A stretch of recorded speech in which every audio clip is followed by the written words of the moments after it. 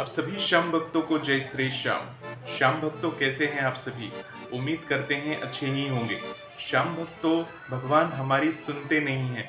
हम इतनी पूजा पाठ करते हैं, इतना सब कुछ करते हैं, भगवान हमारी सुनते नहीं हैं।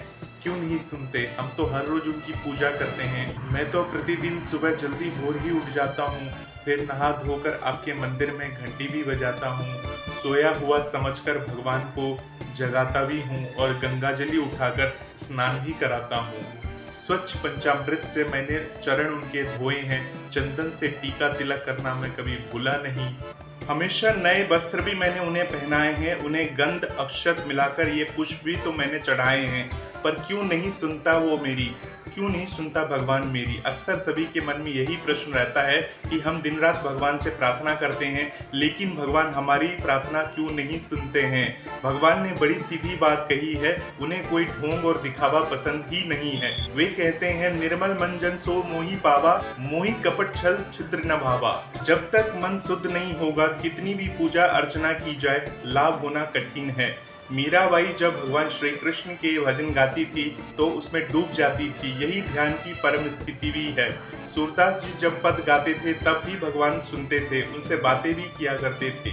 निराकार राम के उपासक कबीरदास जी ने तो ये भी कहा है कि एक चींटी कितनी छोटी होती है, अगर उसके पैरों में भी घुंघरू बांध दे तो उसकी आवाज भी भगवान सुन लेते हैं। उनको पुकारने के लिए ढोल नगारे और लाउडस्पीकर की आवश्यकता नहीं है, यहाँ तक कि मन में ही उसे पुकार ले तो भी प्रार्थना भगवान तक पहुँचती है, इसमें कोई संशय नहीं है। प्रभु की मानसिक पूजा को सर्वश्रेष्ठ कहा जाता है। एक छोटी सी कहानी आपको सुनाता हूँ। एक भक्त श्री हरिदास हुए, उन्होंने 20 साल तक लगातार नारायण कवच का पाठ नित्य बड़ी श्रद्धा के साथ किया। भगवान ने उनकी परीक्षा लेते हुए कहा, अरे भक्त, तुझे क्या लगता है मैं तेरे पाठ से प्रसन्न हूँ?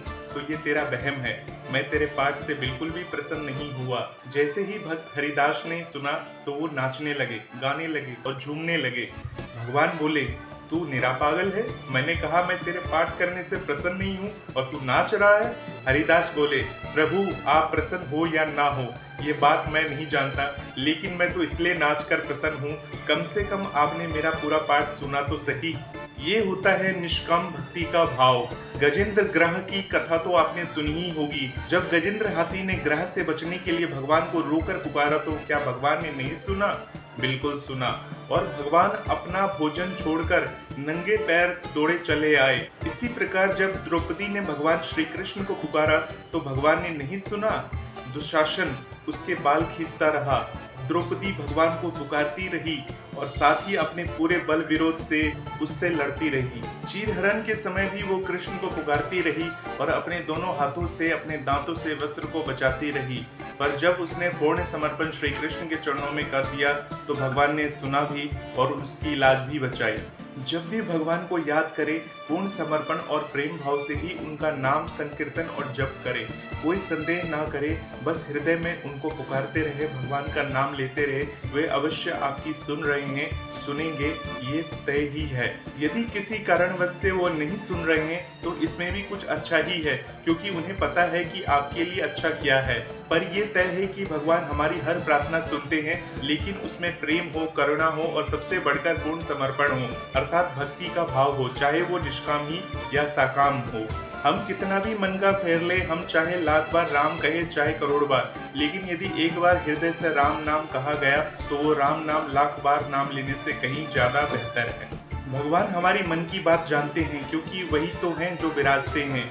ये भी तय है कि कई 100 बार राम का नाम लेने पर कोई एक आध बार ही स्थितियां ऐसी बनती हैं कि जब वो नाम उनके परम ध्यान के साथ लिया गया हो, अन्यथा अधिकांश बार मुंह पर राम के नाम के साथ मस्तिष्क में घर गृहस्थी, ऑफिस और दुनियादारी ही चलती रहती है।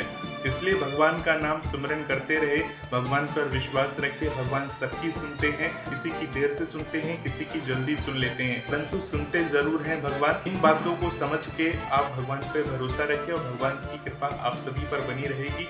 आप सभी श्याम भक्तों को जय श्री श्याम।